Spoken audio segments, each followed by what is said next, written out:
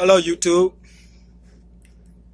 This is the introduction of Corey Lewis, 103.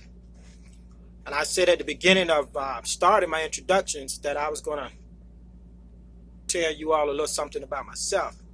Well, today I feel a need that I need to share another one of my testimonies because someone may be discouraged, someone may be depressed, and I want to encourage someone to help uplift someone's spirit today by sharing a testimony of back in the past of something I went through. It's said that a person that has that's called a federal case with the feds, they say statistics that 98% beat the feds. Well, only 2%, 98%, they have a 98% conviction rate. I'm sorry, and 2% beat the feds.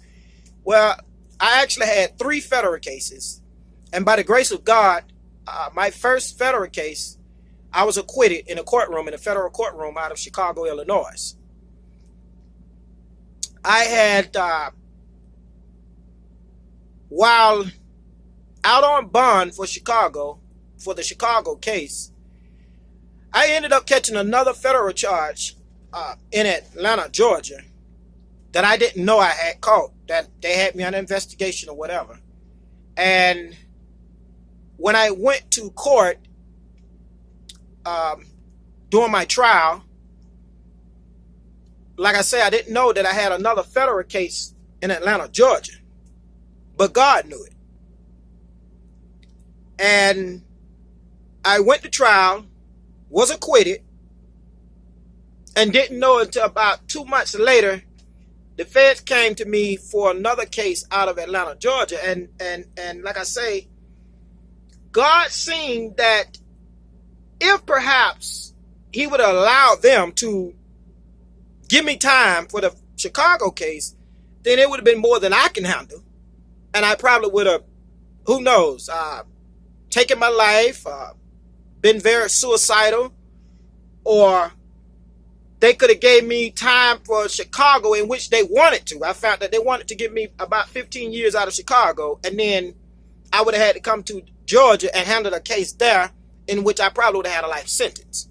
So I said earlier that I'm very grateful unto God for blessing me and bringing me home, whereas I didn't have to do a life sentence. And it's all because of the love, the grace, and mercy that God has shown upon me.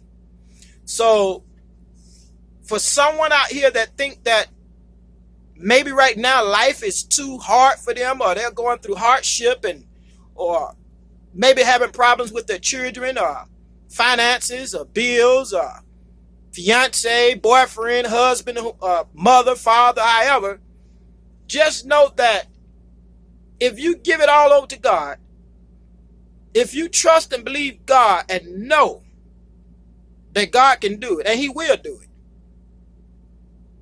then things would change. Just know God is a good God. God is a loving God. And he will lift your burdens. He will lift your yoke. Whatever that yoke may be, whatever that burden may be, whatever you're worried about, God will take it away. And in his scripture in Matthew 11, 28 through 30, it says, "Come unto me, all ye that labor and are heavy laden, and I will give you rest.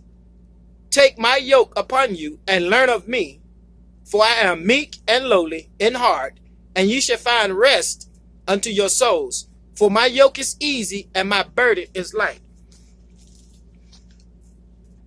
All you need to do is pray and ask God to lift or remove any burden or any problems that you may have.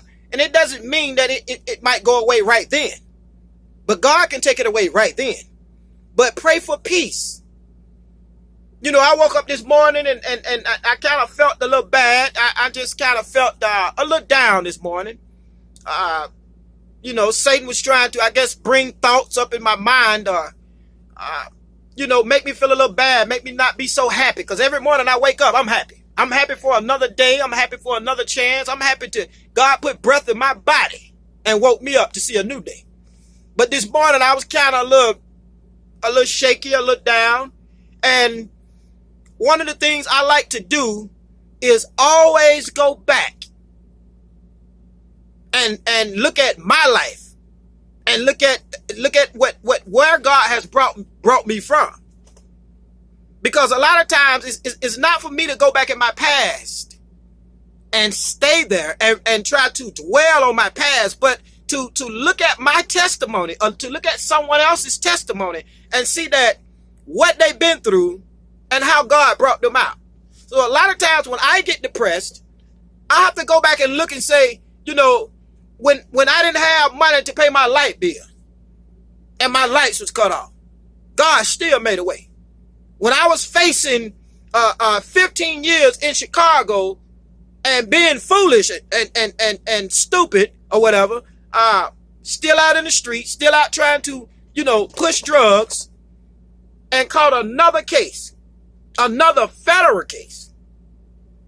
And then I had to look at that where I prayed that the Lord would take it away, but I had to look at if they would have got me for both cases, however, how much time I would have received.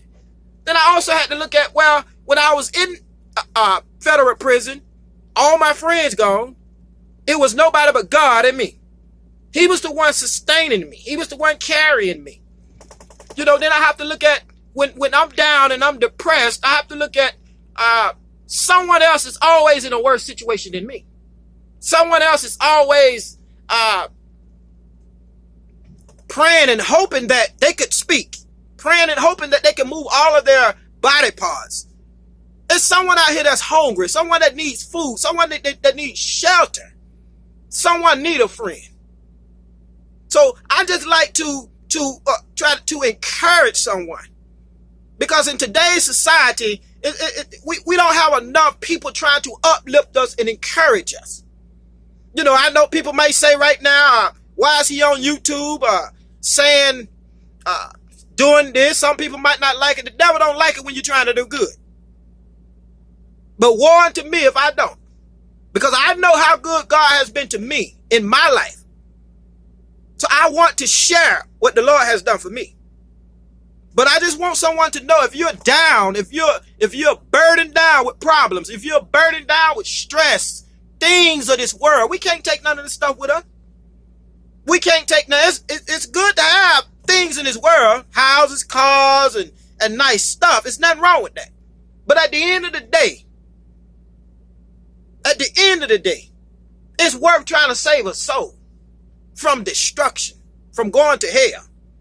We don't have enough people in this world right now to encourage someone, to uplift someone, to say, hey, you know what? That's wrong. Try it this way. Let me help you do it the right way. You know, our children right now are into all kind of gangs and in the streets, prisons. We're losing our kids right now, especially the blacks. You know, into a lot of foolishness, that there's not enough people saying, you know, coming home from prison saying, hey, you know what? You know, excuse me, prison is not the way to go. You know, a life of crime is not the way to go. But a lot of us men that been through prison, we'll come home and say we was a soldier, we are OG, we made it through the prison life, it was a piece of cake. No, wasn't that nice about prison? Not to me. It wasn't a piece of cake. Being away from my family, being away from my woman, being away from my mother, brother, father, sister, my children, ain't nothing nice about that. It's nothing nice about somebody telling you when you can eat, when you can sleep, where you can go. It's really modern day prison. But I thank God that he allowed me to go through the experience so I can wake up, because I was ignorant as well. So today I just want to, whatever you're going through, just know that if you turn it over to Jesus and give it over to the Lord, he said his burden, his yoke is light. Take upon him. He will give you peace. He will give you happiness. He will help you to love your enemies. He will help you to love those that you might have fallen out with. He will give you strength. So today, I thank you for listening to me again, and I will see you all soon. You have a blessed day. Thank you.